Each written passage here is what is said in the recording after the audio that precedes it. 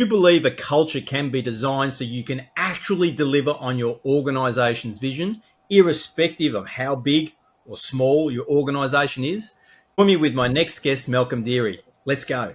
Hi folks, welcome to the Moving Beyond Being Good podcast by Gary Ryan from Organisations That Matter. In this podcast, Gary shares everything about servant leadership, service leadership, authentic leadership, how to create high performance cultures, service excellence and life balance. Here's your host, Gary Ryan. Thank you, Sienna, for your lovely introduction. I really appreciate your work for us. G'day, Malcolm Deery. How are you going now, folks? Malcolm is the Managing Director of Design to Culture. We're going to find out how you and your organisation can design a culture in a manner that actually works in real time to deliver on your vision. Malcolm, welcome. Gary, thank you very much. And thanks very much for the opportunity to talk about culture. But just before we get into it, I want to just say I'm a fan of you. We have worked closely, I know that. But what's really important about your work is you are able to do things very conversationally. But more importantly, what you do is sustainable. So I just wanted to acknowledge that. So thank you. Thank you. I appreciate that. So what I do, what design culture does, Gary, is I facilitate designing operational, organisational cultures. And the reason that there's a need to do this is because the commercial environment is continually changing, which brings additional pressures. So what we're doing today to get out our widgets, as the marketplace puts some pressure on us, we need to do our widgets slightly differently. So waving my hands around, we're going this direction today, but the market now says, hang on, we actually should be going this way. And what happens is if we stay going in this direction, we fall into we have to work harder. And culturally, what happens is we find managers, leaders, whoever saying we've got a bad culture. And, and at the worst of times, we've got a toxic culture. And what my observations, what I've learned is it's this, this shift, once again, waving my hands around. And that's where what I do has proven to be of value to very, very large companies. So that's what design culture does, and that's where my skill set lies around. Gary, yeah. And Malcolm, you just mentioned some of the large companies. So Programmed is one of Australia's largest companies in the industrial services space. You spent a decade there implementing and working on this model where you've sort of created your own intellectual property around it. And the beauty was at Programmed, we know that the model works. And given the size, you want to just share with folk just how big Programmed actually is and the various services Programmed delivers on, and that this model implemented in that environment has worked and is a great test case for what you do now with organisations. Yeah, thanks for that, because Programmed is a wonderful organisation. I mean, it's a great place to work and good people. 30,000 people across Australia and New Zealand, and they're one of the most diverse organisations you could ever find, with a blue-collar workforce.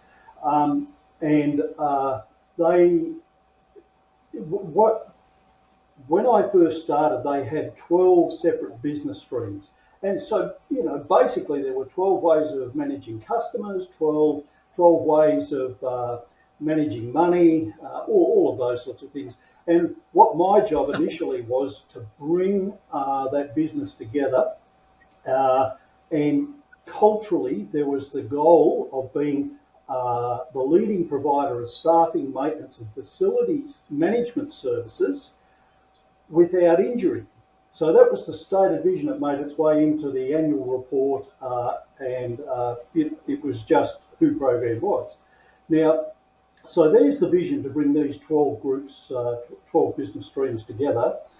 And the without injury was so important to the business because this is how we're going to demonstrate a value to our 30,000 people.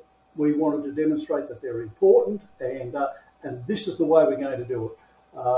We are going to run this business without injury. Now, which means now what we've got is one culture. So many times, particularly safety people, are really up against it because here's the business, and then in comes the safety person, and you're responsible for developing a safety culture.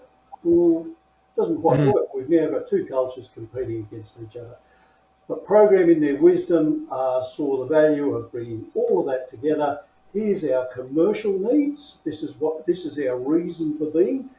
We manage maintenance and facilities management and the like, and we're going to do that looking after our people. So away we went, and multiple measures for that.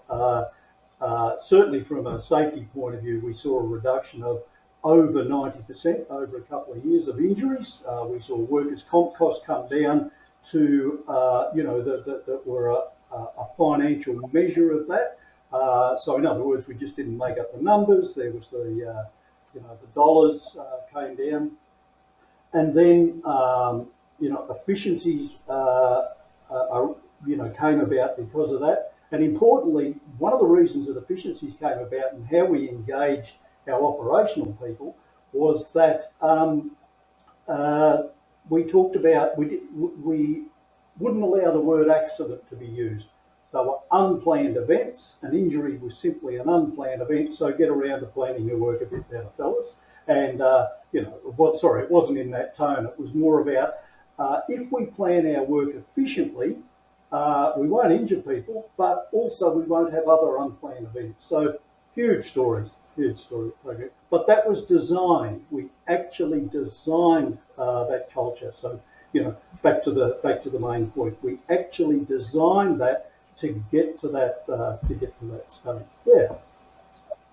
And so what you did is that you designed the culture to be able to handle the unplanned events, which you knew would occur because that's what happens in that world.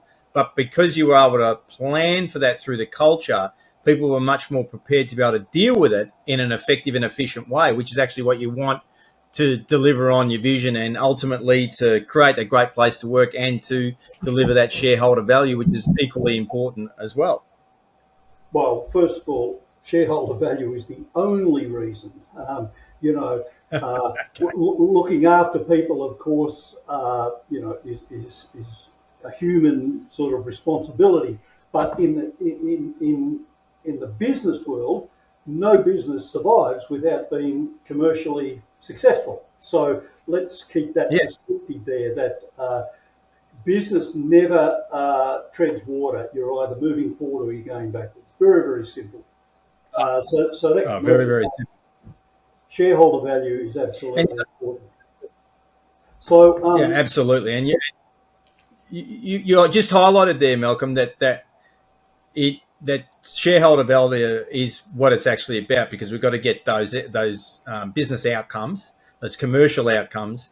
But what you're also highlighting is that this so-called fluffy stuff of culture that some people might consider fluffy, it actually is possible to design a culture that is good for the people, keeps them safe, but equally delivers on that shareholder value and those shareholder outcomes and commercial outcomes. And that's what a lot of people think is not real, but you've lived in and breathed, designed and created in an organisation where that has been the reality. And then you've gone and be able to influence other companies since 2019 when you started Design Culture. And we just want people to understand that this is absolutely possible. The two aren't separate. The culture and commercial outcomes are not two separate things. They are actually deeply intertwined. Yes. So you captured it, Deary. And look, you're right. People do talk about culture as a sort of a fluffy, kind of amorphous thing. But the reason for that is because it is difficult often, or it has been difficult for people to actually describe what they mean, and that's where they fall to. We've got a bad culture. I just want people to do the right thing, is where we end up. But culture is just how we do things here. It's just how we do things here. And just how we do things here is giving us what we're getting today. Our widgets are of this quality. We're making this much money. It's just how we do things here.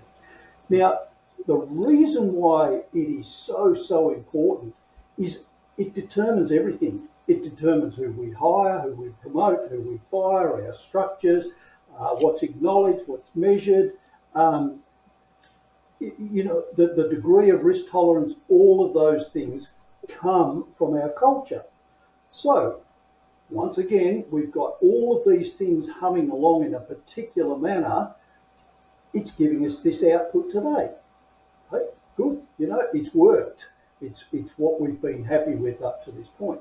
But then all of a sudden we find we've got more agile competitors. The marketplace pressures have changed. We've had a merger. On and on it goes. And safety. I've worked with organisations who simply want to bring safety into what they do. They've had serious injuries, workers' comp costs have gone, whatever it might be.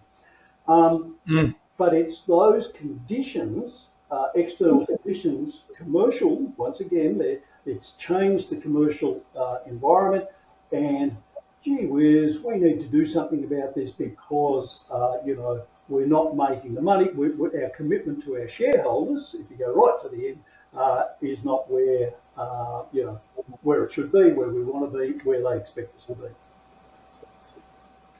So, Malcolm, when people engage you, while every organisation is unique, Yes. what would be for someone that's joining us at the moment and thinking, hey, this sounds interesting, what would be some of the first couple of steps that they could expect to undertake with you when they decided to go down this path and design their culture?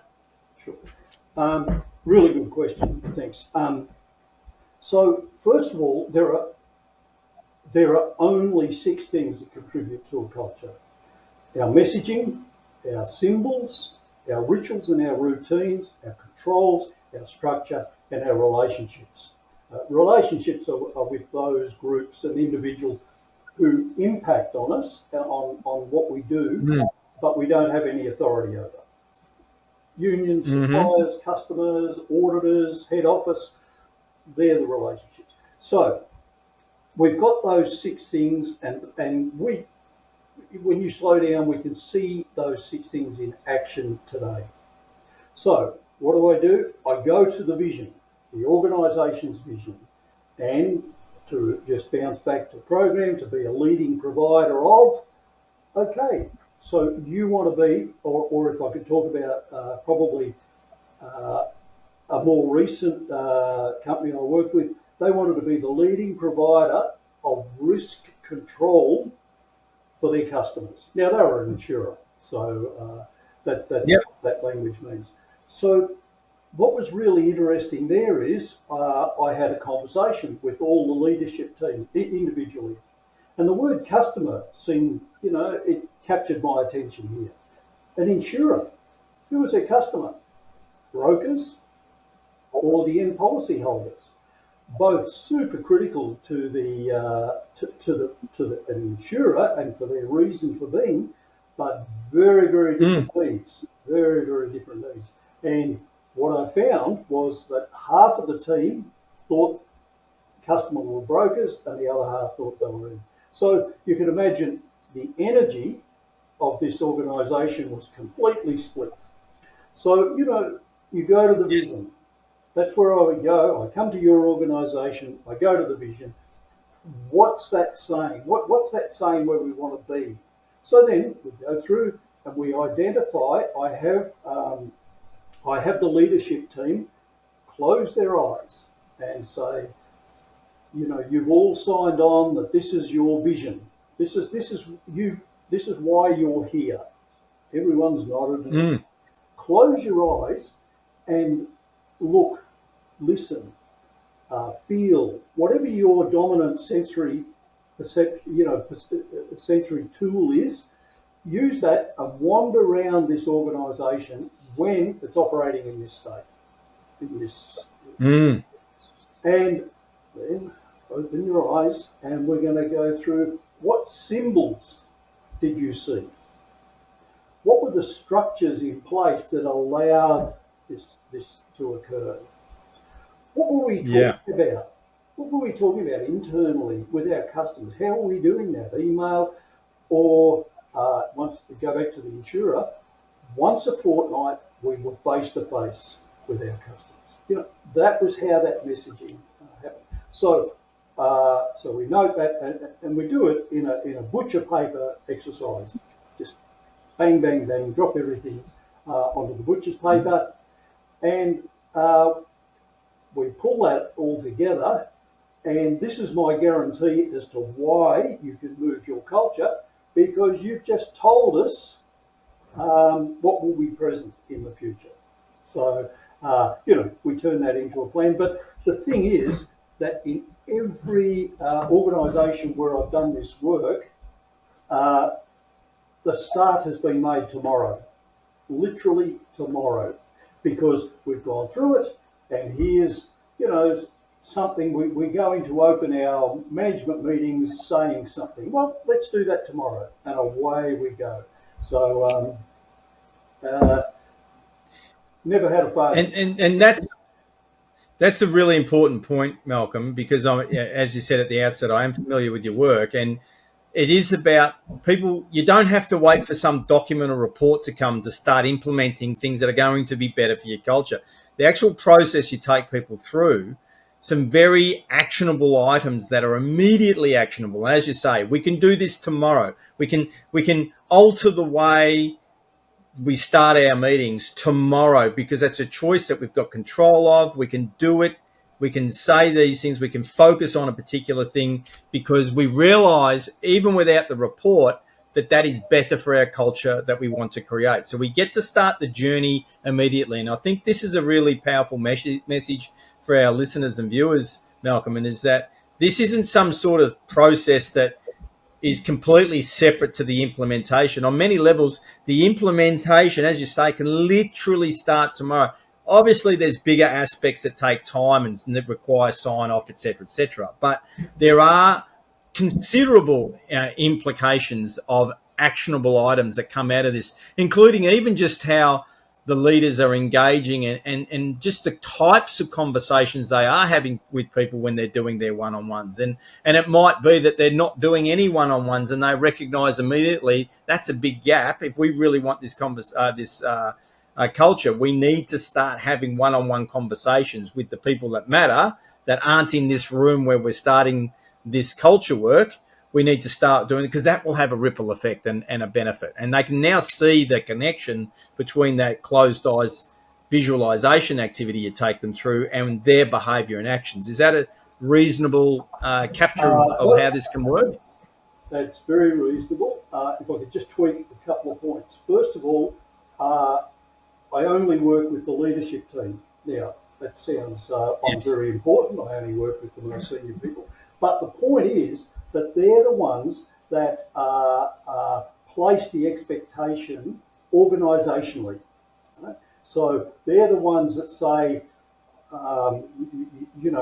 the brokers are our customers. So any of you that think about, that it's anyone else, look, we have to adjust our thinking here. Now, so that's the reason that I only work with the leadership team, is because they're the ones that are now going to shape the future. So if we think about that as organisational behaviour, then what happens is there is an expectation placed on managers and supervisors. And, I call this managerial behaviour. They're the ones that now have to understand, implement and socialise what the organisation has said.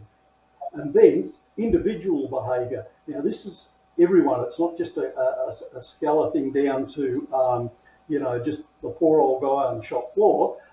This is about everyone now in the organisation doing what's necessary in light of the organisational, behaviours that have been designed. So everything you said, but just with that sort of little bit of tweaking around it. Yeah. How's that? Make sense? Yeah. Absolutely makes sense because they're the ones that are going to influence everything. We've got to start there. Now, Oh, anyone sorry, Gary, observing and listening, sorry to cut across you, yes, but if I could just add that as a result of that, that's why I don't spend weeks and weeks and weeks talking to, the shop floor, for want of a better expression, because it's it's not as if they're bad people or anything like that. It's about them having a new framework to work within, which comes from the top. There's absolutely nothing. yes, We hear all sorts of management things, top down, bottom up. Okay, but it's about the top saying this is how we're going to. Very simple example, but this is how we're going to run our Monday morning meetings. Here's the new agenda, um, and it's as simple as that. Now, the people who are doing the work down here, they can't influence that. It's these guys. So that's why there's not, if I might say, some of our big four, people who come in and do these massive kind of 6-month assessments. No, no. yeah, this is much faster on many levels. Now, Malcolm, it's very obvious your passion for design culture. Where's that come from?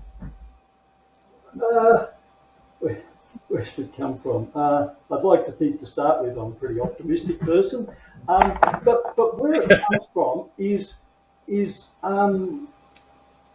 my understanding of the world of business and the commercial world is when business is healthy, it's good. It's good for people. It's good for the world.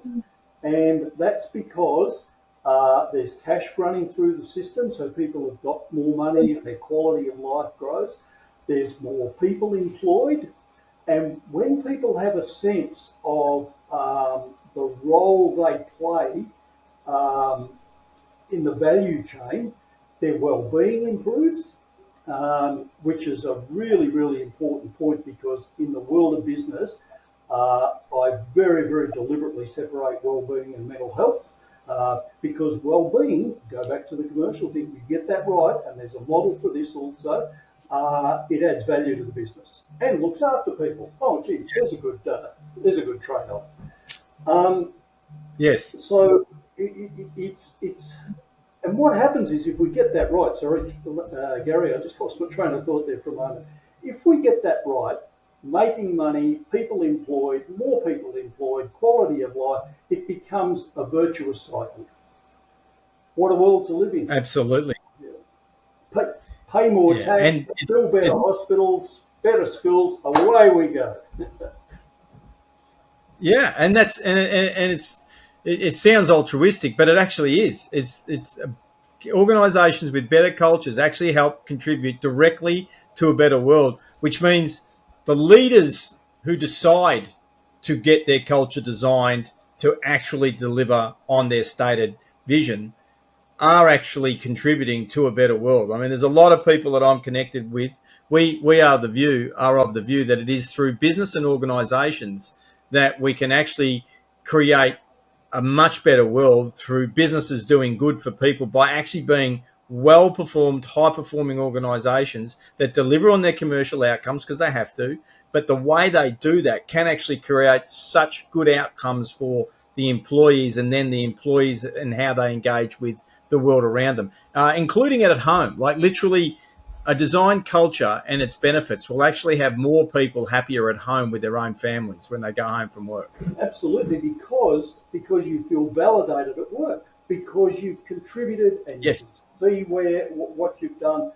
And look, it actually, a healthy business, a healthy economy does everything. If you're making money and there's this virtuous cycle happening, people can slow down and say, gee, we could probably fix that environmental issue, our footprint. And I've worked with this once. I won't mention the organisation, probably. I shouldn't do that, but they had a huge stack where fumes and everything went up. And the challenge was, there's a lot there. This is when carbon trading, was just coming in. And so I said to the guys, look, I'm not an engineer, but look, that stuff's going up. And the point of waste is you've made it. You've spent money, time, energy, resources on making this stuff that's going up the stack. Now, if we think about it from that perspective, how do we not do that? And guess what? We found all sorts of things. So, that was because we designed, I'd already designed the culture for that organisation, which then allowed us to arrive there. So, once again, that virtuous cycle, brilliant.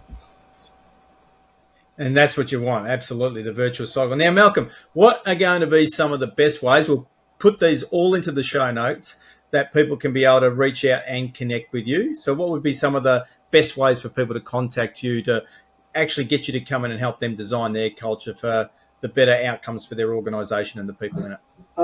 Look, probably keep it simple. I do have a website. I'd encourage people to have a look at designculture.com.au. And the reason I say that out is because it is an American company who's using Design Culture too. So, but that's mine.com.au, or through LinkedIn. Yes. Let's just keep it simple, and I will respond, fairly quickly around that. We can have a phone conversation to start with, or whatever, or I'll come and meet you for coffee, and I'll pay for it. There you go. There you go. That's we'll pop all of them into the show notes for everyone, folks, for you to be able to reach out to Malcolm Deery, who's the Managing Director of Design Culture, and it's designculture.com.au, so we don't mix ourselves up with the American version, although Malcolm probably is quite happy to do international work too, of course, and we do know the Moving Beyond Being Good podcast is beaming into at least 20 countries around the world as we speak. So, Malcolm, I really want to thank you for your time for joining us on the Moving Beyond Being Good podcast. Thank you very much, Gary. All the best, and bye to all of your viewers. See you later. Thank you.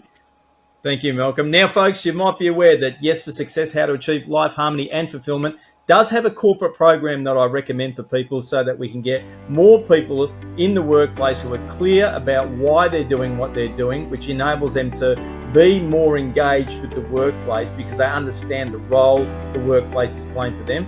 It's just come out on the weekend on Audible for those of you that use Audible, and we debuted at number 19 next to some pretty famous people like Adam Grant and many others. So please check us out at yesforsuccess.guru. Once again, I'm Gary Ryan, the host of the Moving Beyond Being Good podcast, and we look forward to seeing you next time.